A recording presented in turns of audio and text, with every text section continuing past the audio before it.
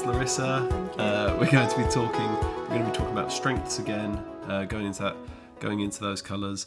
We've talked sort of mid podcast about potentially getting some red and yellow representation for a separate podcast. So hopefully we'll be able to record that quite soon. But we're really just kind of focusing on, I'm going to add some balance from sort of my side of things, but that kind of the blue and the green kind of side of things. How have you been since we last talked? Any big changes? You answer that one. No. So it hasn't been a big gap, has it, between our last conversation? But what we're going to talk about today, and again, the whole purpose of these conversations is hopefully so people can kind of listen to it and go, I'm really connecting to kind of what Jas is saying there. Maybe I lead with green. Maybe that's my side of things. And then when they hear your kind of path up the mountain, it just gives them things that they can work with. And the same for you, Larissa, is that. So I think a big part of that, and I think that there's if people look at that you can listen to the Team Dynamics podcast as well, which is we sort of look in this much more of like how you lead a team with this. We're talking about this from a personal point of view, how you make the most of your own strengths. But the next step of that is how you actually work with a team and you kind of get everybody really, really bringing their strengths to the table really regularly. And one of the things that Ben talked about during that was, and I think this is really interesting, that he had this guilt for working to his strengths when he was younger, sort of coming up, is he'd do a task that was really in his colour. And he'd be like, well, this isn't real work. And he'd feel really guilty about it. And he'd just really until he did stuff that he found a real drain, he was like, well, this is real work. And it was kind of, he moved, when he started learning with strengths, he moved away from that and was actually like, no, this is what I should be doing. This thing that's coming naturally to me. I shouldn't feel guilty that, kind of it comes naturally to me. This is the thing I can contribute most to. So I thought maybe that would be a place to start. So I don't know, Jas, if we start with those kind of green, I don't want to jump in with the kind of the stereotypes around it, but those kind of people-orientated tasks, working with people, helping them, if they're wobbling, get on the back on the track. Yeah. But also one of the things I suppose I've noticed in kind of that high green energy is making sense of things and taking things that might be, and then bringing that kind of logic to it and, going, right, we've got this, we need to consider that, and we need to consider that, and we need to consider, and then turning that into a plan.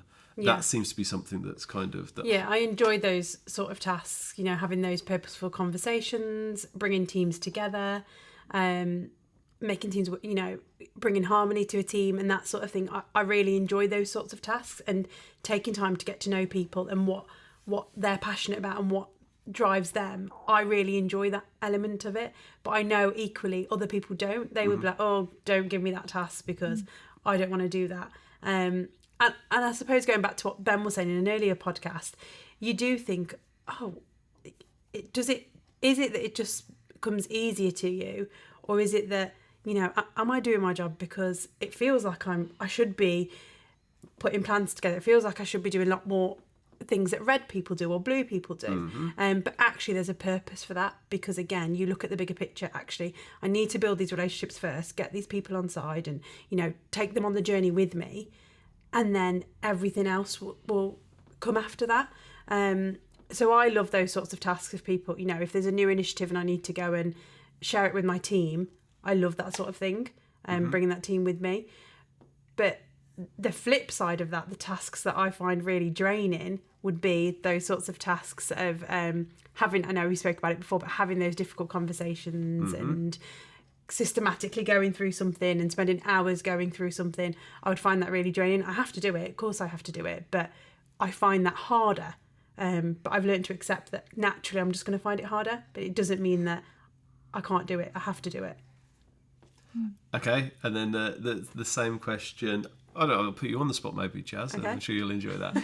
In your mind, what in your understanding of kind of the insights, colours and things, what are the jobs that you would guess that blue people really like doing? Or what the things that... Loves putting things, systematically ordering things, putting things together. If you love doing curriculum, and I can see why, because there's a start, there's a middle and there's an end. A blue person for me, correct me if I'm wrong, Larissa, you would love to know what the end goal is, what you need to do. Right, how do I get there? Yeah. I can do that because I need this set of resources, I need these people, this how long it's going to take me. Right, go. I can do it. Yeah. Because you've got a clear decision. You don't really want to waste your time thinking about, oh, but let me just check on that. Let me just check on this. No, we're going with this decision and this is how we're going to get there. Yeah. Would you say that? Yeah, definitely. I agree. I feel like I need something that I can sort of fully immerse myself in, fully focus, that is structured. But I feel like I really enjoy and sort of gives me passion when we can develop something that's sustainable. So if I've developed like a process or something to do with curriculum, that process that I've been able to use sort of time and time again and that I can keep referring back to, that sort of energises me, like you say, because I've got a start, middle and end and I can sort of see the journey that it's going on. I think on the flip side, in terms of draining me, would be anything where there's not structure. And I think this time of year in sort of education, when we're coming towards the end of the year and you're sort of trying to get everything sorted, ready to break up for summer, there are times where I really struggle with that.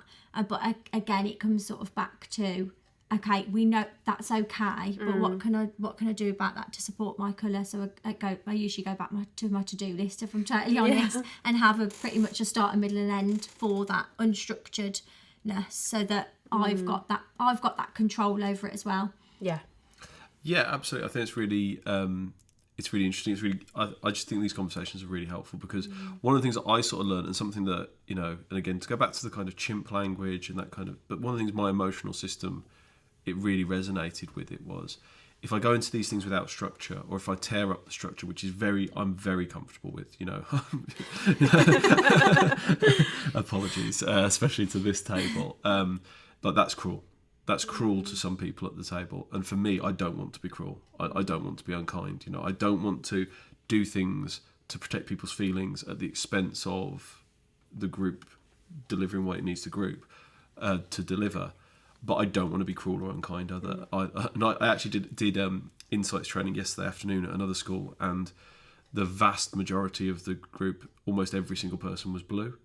And there were slides where I thought, I won't go through this one because this one's a little bit into the details. I thought, no, that is going to. So picture this, Larissa. Imagine if I was like, oh yeah, this one's about, you know, this. It's not that important. They're just clicking through. You're like, go back. Yeah. So I hope that that's a good example, and they might listen to this and go, no, he did not achieve that. We hated it. But where my instincts were saying, move on now. This isn't important. I felt like I should have hidden this slide if I wasn't going to use it, because would that be better to, you know, if you've seen it there, it's going to be a triggering thing to know that there's more detail that's being skipped over. So that's that kind of self-awareness. And I think, you know, one of the things, Jas, to talk to is, it's really interesting that you get energy from that connection time you know, there's a new member of staff maybe, or a new relationship, and it gives you energy to get to know them and to connect with them. And absolutely, it's so incredibly vital for a team working together. You know, just if we just go from a red point of view, you know, to get results, a team knowing each other and team being connected is so like important to that. It's also so much more like kind of meaningful. Like if we go to sort of like why we're actually doing this. But I'm sure you can kind of see, you've seen this yourself. There's no big but here, don't worry. That the difference between the green and the yellow energy is, the yellow energy loves that social connection, but also really thrive on the performance element and being there and being the spotlight. Whereas I hate being in the spotlight. And I think, there's that misconception, isn't there, that you must be a people's person, you must be really social. Yeah, I like, you know, getting to know people. Yes, I'm social, but I don't need to be the centre of attention. I don't want to be involved in everything. I'm quite happy to be involved behind the scenes. And I appreciate that. I don't need to. And I think, again, getting to know my colours has helped me understand that. Okay, that's the reason why I don't like being in the limelight, and I like doing things behind the scenes, and that's okay. And appreciating that. Whereas before I'd think, oh no, like, is that a negative? And it's really not. Absolutely. And lots of things like podcasts, you know, you're really forced into that kind of thing. And then And I mean, I don't want to talk about myself, but in terms of my own orientation, like sort of being that kind of high red, and then my yellow and blue is almost exactly the same. So sort of it's really divided. But I don't do these things because I like the performative element. I don't stand up in front of people and deliver, say, the leadership training because I enjoy. I actually find, like, you know, they call it a social battery, don't you? And you know that, but that kind of emotional battery. But what I want to do is help. Yeah. What I want to do is give these people the things, you know, help them with the lessons that I've learned. And this, for me, feels the most efficient way to do it. So, you know, I like working with people. You know, that means a lot to me. But I'm not doing it for the spotlight. I'm not doing it for those things. Like, I'm doing it because I hope it helps people. And then, Larissa, just to talk, and we're sort of going into the weeds a little bit, but you know, your second colour is green, and what I sort of see in that, and you know, is that kind of that logic and that organisation, but then almost like I'm not saying it on a negative side, but like an anxiety that comes with that because of that consideration of I'm really going to beat myself up if this is wrong, or I'm going to really beat myself up if someone gets upset by this as well. So it's like that. So this is where sort of blue green. That's the difference between kind of blue green and then blue red. And I think we know people, like, we know various people with that. Less anxiety, more anger comes with that anxiety, because it's just like, I'm doing this, it's got to be right, it's got to be perfect, and it's got to get results. And so, you know, and that's for me. So me being sort of on the red yellow side of things, I do lean towards that. We've got to do this, and we've got to connect with people. And whereas, would you speak to that? Would you agree with what I've just said there, with you, kind of the difference between, say, a blue green and a blue red there? Yeah, definitely. I think it comes back down to sort of the perfectionist side. That's sort of where my green sort of comes in at times. And I think it's about accepting that you haven't always got to do sort of the 12 out of 10. You know, it can just be just right. But again, I think that's where sort of my green energy will come in at times, because I will sort of beat myself up about it not being right, or it not being exactly perfect. But again, it goes back to looking at my colour preference and sort of seeing how I can work with the blue colour to make sure I don't sort of feel like that at times. Yeah, totally. And I think, and again, I'm sure you can hear that, and I think I don't want to throw that kind of, that blue-red energy under the bus, because I really, really value it, but because it just has that, just such a drive of, we've got this, we've got all of these processes, we've got this that we need to deliver, and we're going to deliver it with real energy, and we're going to do it right. You know, it can come across as negative, you know, it can come across as abrasive, but without it, you know, the whole group has to drive that, and with all of these things, I think what's coming across really clearly in both conversations is, it's so much better if something comes to somebody naturally, or you have to pull it forward. Yeah, so what resonated with me there is that I need, like, in a group, in a team, I really thrive if someone saying, okay, you know, the red person in the team saying, right, this is the decision that we've made, this is why we made it. Okay, because I'm really indecisive, going back and forth. Now that we've reached that decision, that's fine, give me that, let me run with it. So it works. So it's not always a negative. I think, you know, red's being really there's a time for it. Sometimes there's situations where we just need someone to make a decision, and it can be really hard as a green making that decision. But if I know someone in my team is going to make that decision, I can jump in, I can support you with that. I just really struggle to get to that point. That's why I need you to get to that point for me, because I'm ready to support you with that. So I think that's really helpful. I mean, I suppose it goes back to having that balance within the team. And what I'd say to that as well, and think, you know, I think there's kind of a Hollywood image of a leader, and I think typically that's a red, like a high red kind of picture of that person that's going to but that's not my experience. Like, you know, that I've seen leaders that are equally strong and great, and they are all different kind of color combinations. That's complete Hollywood to me. And what I'd say would be a really interesting dynamic, though, which is not something that I see a lot of, is that, like, let's just say, for sake of argument, I mean, it's quite natural here that you've got a head teacher, a deputy head, and an assistant head. And the head teacher is the sort of high green, and the assistant head is the high red. That would be an interesting situation to navigate, because it's like Larissa going, look, Alan, forget all that. We need to make a decision. Like, I'm making a decision. I don't think that's necessarily appropriate. I don't think... But what I would say is, that person, you would have a good instinct to say, I feel like we've spoken about this enough now. Like, I feel like we're getting to a point, like, Alan, what decision do you want to make here? Because, and having that open relationship of me saying, Larissa, you've got good instincts for this. So as we're kind of going through this and my green, yellow energy is popping off on different, all these things, just shout up when you feel like, when your instincts are kicking in and saying, I feel like we're at a decision point here. I feel like we've considered it, or at least we could make a decision here and then come back to it. That, I don't know if you, what does that sound like? It's because you have an awareness of your team, so you know that in your team, you know that's a strength in your team, so it will work. And equally, everyone around that table has worked towards the end goal. Someone has a part to play. There's not just one person within that team that drives it. Everyone has to drive it.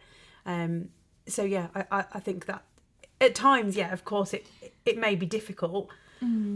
I think it comes back down to like the colours sort of complementing each other. There is a need for each colour around the table. And at times, you know, you might need a bit more red energy. Yeah. And at times you might need more of a blue energy. But again, it comes back to having sort of that balance of all colours and sort of really like respecting that and sort of accepting and valuing the colours for what they bring to the table. Yeah, I couldn't agree more. And I don't know, I kind of, from these conversations, I think like, how do people, how do they operate without this kind of self-awareness? Yeah. And they don't need to label it with colours and things, I'm sure. And this is, you know, thousands of years people have operated really well. But if they don't have this kind of self-awareness, I can really feel that kind of top-down, because effectively whoever's in charge, they're going to dominate everything, aren't they? So if they were, say, high yellow, they're just like, well, we're not doing agendas anymore. We're, you know, or if they're high blue, it's like we're not deviating from the agenda and we're going through it. And effectively the whole team has to just synchronise with them and just slip into their lane. And you can just feel how damaging that would be. And it comes back to like the draining of the energy. That's exactly what I was going to say. I can imagine it really draining. Yeah, your team will just be drained, I think, at that point, if you're sort of having to home in on just the one colour that is sort of dominating the conversation. Unless, I'd say it wouldn't be draining for those that have the same colour as that person. And then what you end up with is a team just like you, and no balance whatsoever. And that's a real problem as well. You know, that's... But I think it'd be really chaotic as well to ever reach a decision and actually for it to be successful. I think you would always have to come back to it because you haven't got that balance of colours. For the, let's say if it was, I don't know, high blue, for the blue people, they will think it's really successful to a certain point. When they hit, actually, no, we need to go back and look at it. Yeah. But then they'll look at it again from a blue point of view, and then the same thing keeps on happening. I can imagine, yes, it'd be very draining, but also very chaotic. Yeah. I think it's interesting that even if it's highly ordered, that then creates chaos because it's not balancing those other things. So you've got order in one way.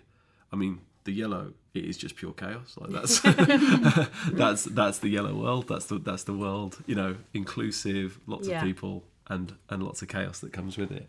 But to speak to that and what have you learnt about so I suppose kind of both directions of people in your teams who maybe have different colours to you and, you know, working with people senior to you who have different colours to you. Have you worked with building proper kind of good working professional kind of relationships with those things? I don't know, like Jas, you've worked across multiple teams, especially with multiple head teachers who, to my mind, all sort of have different colours. So what have you kind of learnt along the way? I think, obviously going back to, I know myself and having that awareness of the leaders around me, but also just communicating what you find difficult or what you find a drain. I think that has a big impact. Being really open to those conversations of actually this area I'm not strong on, or actually I really need you to tell me what you need, and just voicing that. And I think, again, with experience, I'm now really comfortable with just voicing that, saying, actually, in this meeting, I really struggled to understand what your priorities are or what the end goal is. Can we go back and look at that again? And then they understand you more. And then it just builds upon that working professional relationship. I think for me, communication is key. Yeah, I agree. I think it comes back to sort of just because it's not your way doesn't mean it's sort of the wrong way. And I think the old school motto of sort of treat others how you wish to be treated doesn't always play in this aspect. And I think when we learned about the colours and sort of the insights, it was I feel like it really resonated. That motto doesn't always stand, and I think learning to appreciate other people's colours and how they will value the communication and how they would prefer you to approach it. I think it's just fundamental, really. I think it really changes the course to get things moving a bit quicker. I know for me personally, I find that we were speaking earlier that if I want sort of I'm sort of seeking some advice. I know subconsciously what advice I want, whether that be from a red energy or a green energy, and I will sort out those sort of people. And I think that's really useful because you know sort of what feedback or what advice you're going to get. And I do it subconsciously without even realising, and I'll then after upon reflection, I know why I've gone to that person because I didn't want to hear what the red person had to say. So I think wanted a green. Yeah, so I think that's really useful at times because I think understanding people's colours and how they approach and how they'll react and interact with you can really change the course of how we want to move things forward. Yeah, could you give any examples of that, of when you choose to kind of go to different people? Yeah, this podcast. So this podcast this morning, obviously I was quite stressed about it.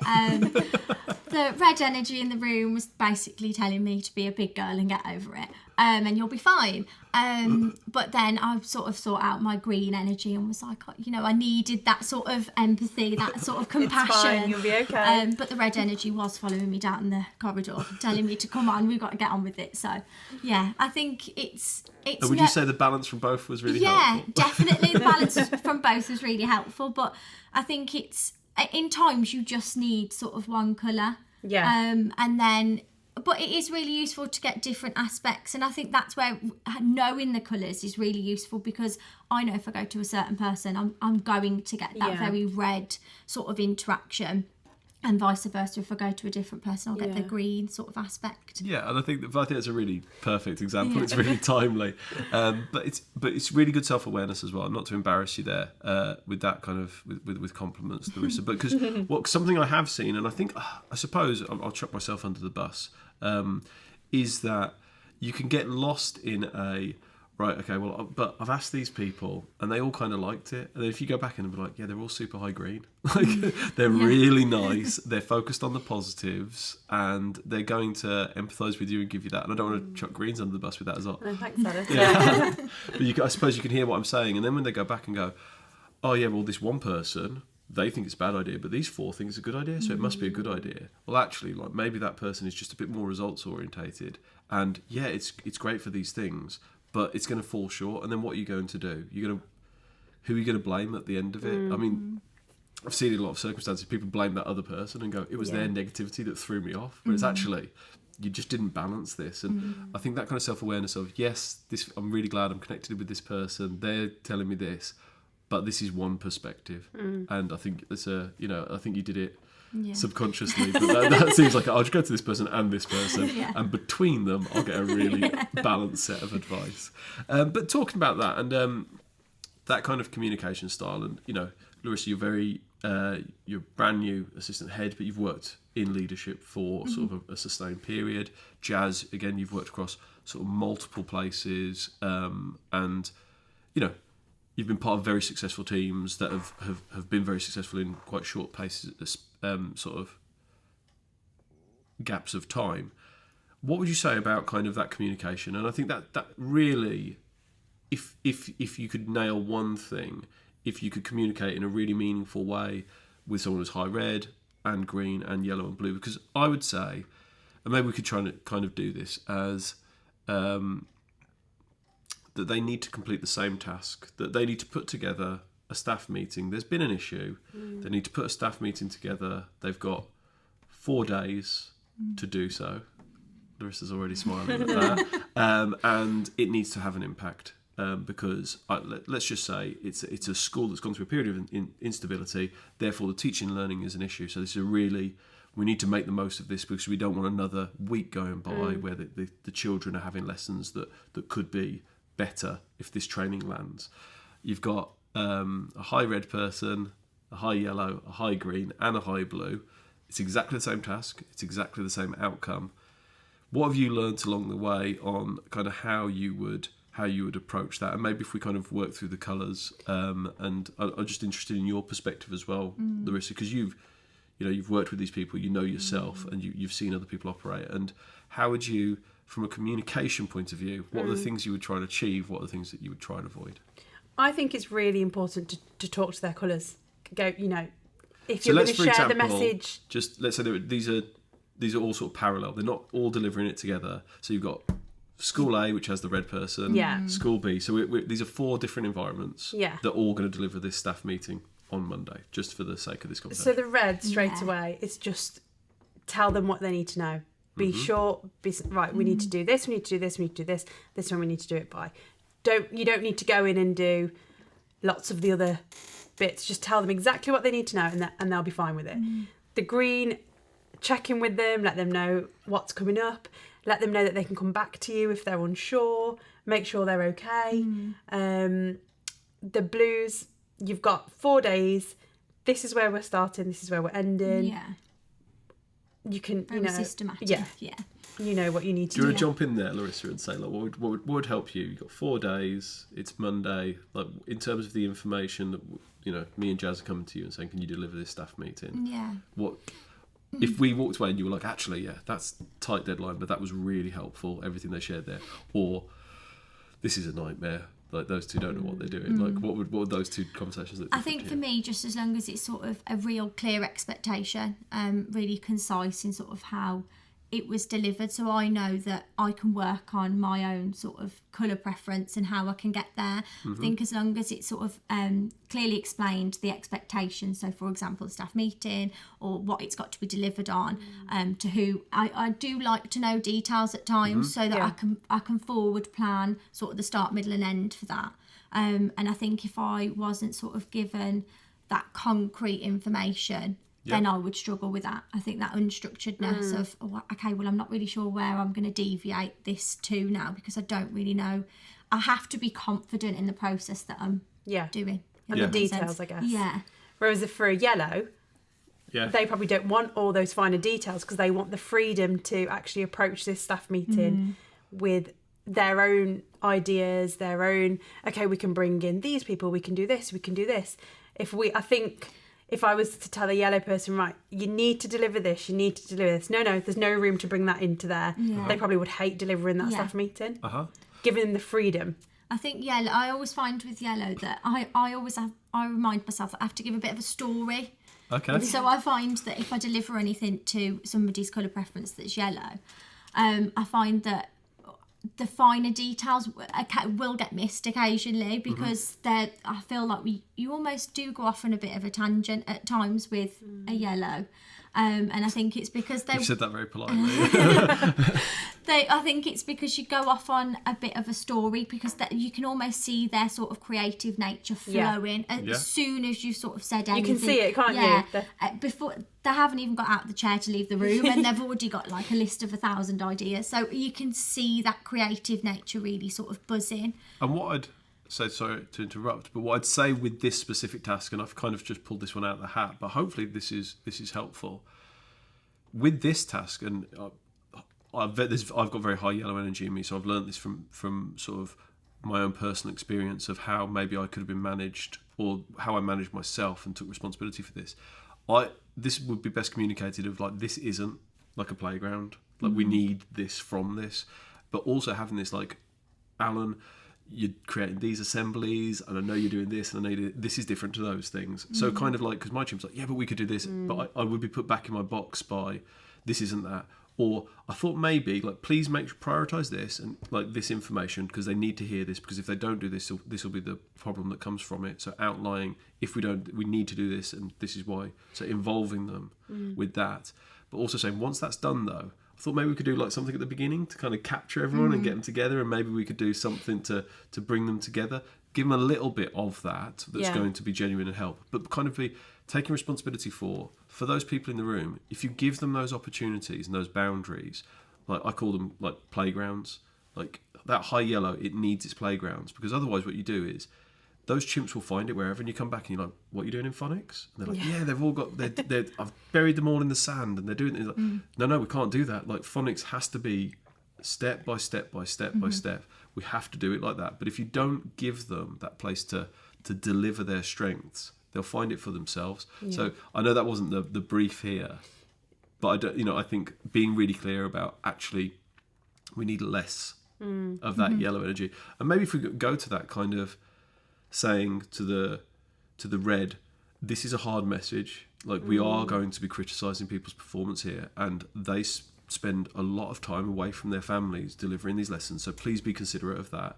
With the blue saying, it's not just about delivering this, we need them to be doing this in the lessons, so can you just think about that whatever you do, this is the result we need from it. And then from the green saying, I know this is going to be hard for them to hear, but ultimately, like, this is what's at stake for those people if they don't. So although it's a hard message, so just kind of connecting everyone with, I know that you're going towards this. I know that this is where your natural strength is taking you, but please consider this other side, because these are the consequences if we don't. But I think that's really helpful for a green as well. Going back to my colour preference, is if you call that out, I know that then. So that's almost like, okay, right. That's given me a clear trajectory of where I need to go now. But I know I still need to deliver this message in whichever way I deliver it. So I think it's really useful to call it out. And by calling that out, you mean? It just, if you say, almost putting those boundaries to it, that naturally you might miss this message because of the way that you lead, your colour preference. You might deviate, you might go a different way, but you need to make sure that you hit this point. For me, that just rechecks it for myself. Okay, I know it gives me those clear, a little bit like the blue, it gives me that system of, actually, okay, I can do this, but I know I need to nail this point here, because I've been told that actually this needs to be addressed. It just almost calms me slightly and means that I'm more prepared. And I don't know if you could speak to that as well, Larissa, hearing that kind of like, I know, this is how you're going to do this process, but this is what we need from it. Is that something that would be helpful in that kind of communication? Yeah, definitely, because I think it's, you again have set out the expectation there. I think for me, as long as I've sort of got that what's expected, I can work with that. And I think it comes back to sort of valuing that when you're delivering that conversation, you've had that self-awareness of how I need to approach it as well. And I think I really value that. So while sometimes the conversations don't naturally always go blue, I can see that somebody has taken their time to respect that I am that blue colour and I do lead with that blue colour. So that preference there, I think, just immediately will build that relationship, and I think that always really helps with me as well. Yeah, and I think what you've said there made me sort of think that, you kind of got that blue chimp, if we call it that, that starts rattling when it's like the conversation moves more yellow or kind of more red, which would be sort of opposite for your profile. But just calling it out at the beginning, kind of that chimp goes, oh, I have been considered. I'll shut up. Because they do know that this is a thing for me, and they know that this is important. Because that's what in my head, like, my chimp is just going, but we need, like, but results are important. Results are what keep people safe. Whereas someone goes like, Alan, I know results keep people safe, but there's people at the heart of this. My chimp goes, oh, they get it. I'll shut up. So then the conversation is much less emotional, and therefore, like, it moves forward, like, just much more smoothly. What would you say? I think, like, we've sort of talked about, and I think both of you have shown, like, sort of real skill in that. And I would imagine that, because we have talked about these things, but I would say that the way that you've developed to get that balance is in reflection, in that you've done things yourself, you've reflected on how it's gone, you've gone into the next day. But in terms of, like, leaders getting the best out of their teams, sort of you're joining a new leadership team, Larissa, Jas, you've been in multiple teams, I've been in multiple teams. My take on this is, one of the things, and what I sort of want to wrap up with, is for any leadership teams listening to this and thinking, yeah, okay, then I can really hear myself in that person, and actually I can think that so and so is a lot like Larissa, and he's a lot like Jas, and she's a lot like Alan, actually. So they're starting to think. I'd like to kind of close up with some steps that teams could take, that that yes, they know themselves, because if we go back, whose responsibility is it that people deliver their strengths? Whose responsibility is that your colours serve you and they don't go against you? It's your responsibility. That's our take on all of this. That's where it starts. But then who's if you're the leader of that team, whose responsibility is it that Jas works well with her colours? Whose responsibility is it that Larissa's work? It's your responsibility. That's where I would start. Like, what can I do to get Jas and Larissa working really well individually and really well together? So that's kind of what I'd like to close up with. But what I would say with that is I really struggled, and I think Jas will laugh at this, especially at the beginning, is I found it very natural, obviously, to connect with what red kind of typical energy might need. I found it quite natural. I found it natural for yellow as well. And it wasn't a big leap for blue, but for green, like that was a big, like I really had to have conversations, and that's what I would say. I couldn't just, I'd go into a situation and go, so what does the green need for preparing for a meeting? And I didn't know the answer to that. I had to actually go away and research it, which I shouldn't have really done. My advice would be, which is it's a very red kind of thing to do, isn't it? Like, so what did he do when he works with people? He went and typed it into a computer. But what I'd say is talk to those people. Say, Jas, we're doing these meetings. Is there anything that would be helpful? Like, we're delivering this kind of feedback. How things are operating like this? Is there anything that would benefit?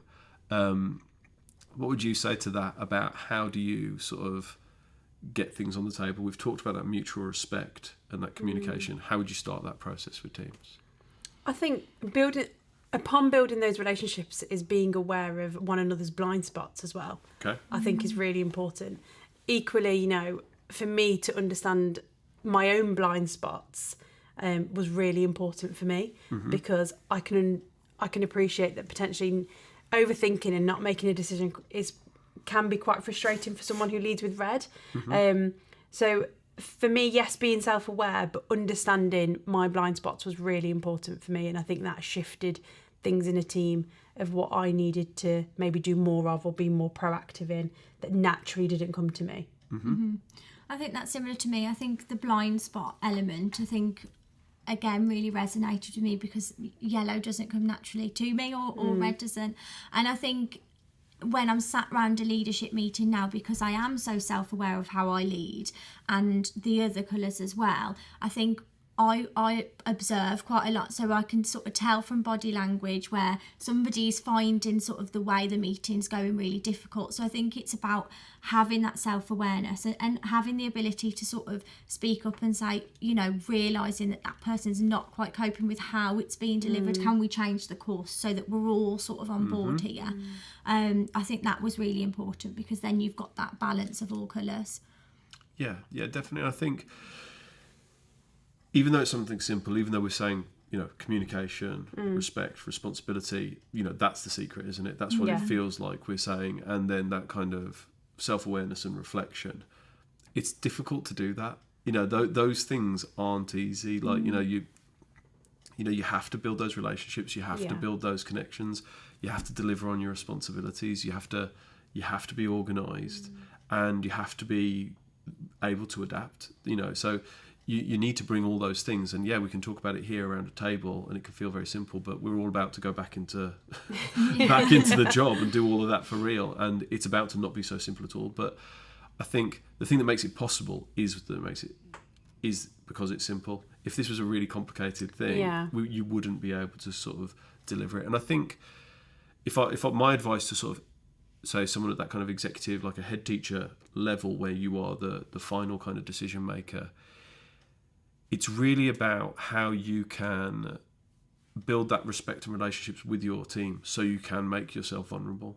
I think if you're trying to prove yourself all the time, you can't say, guys, can you just shout up when you think that we should make a decision, because you can't make yourself vulnerable because you don't feel like you have that respect. So prioritize that. Prioritize kind of getting to a place where you have that self-esteem and that you've got that place. But then I think it's really necessary that you do open yourself up. And I think it's, and then if those people on that team really being conscious of it and delivering for that person, I think it goes a long, long way. I think if I was a head teacher and said, listen, I'm really high yellow, so the kind of real self-discipline and that anxiety around everything being done every single day, that doesn't come naturally to me. And I feel like, I put a lot of effort into it and I'm happy with what I deliver, but please have my back with those things.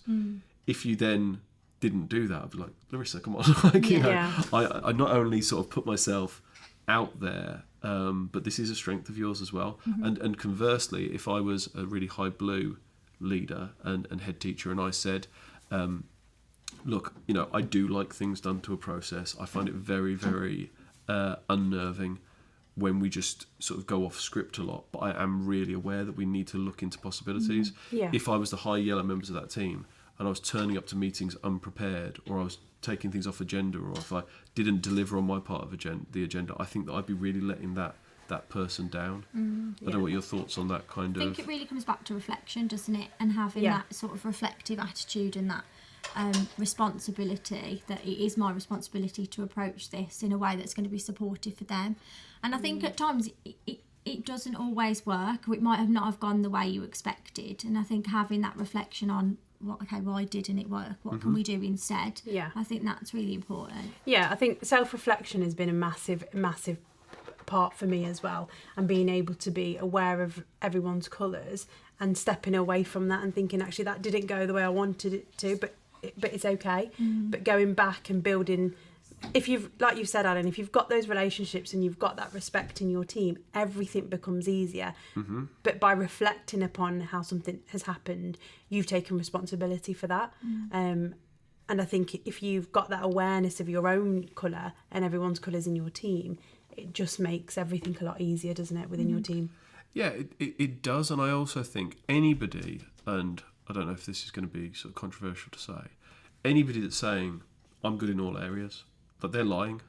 Like that, that is being too defensive, not having any vulnerability of, because you simply don't have a strength then. There must be someone who's almost totally balanced with those, with the colours. But you would say that they're so balanced, they're unlikely to be exceptional in any area.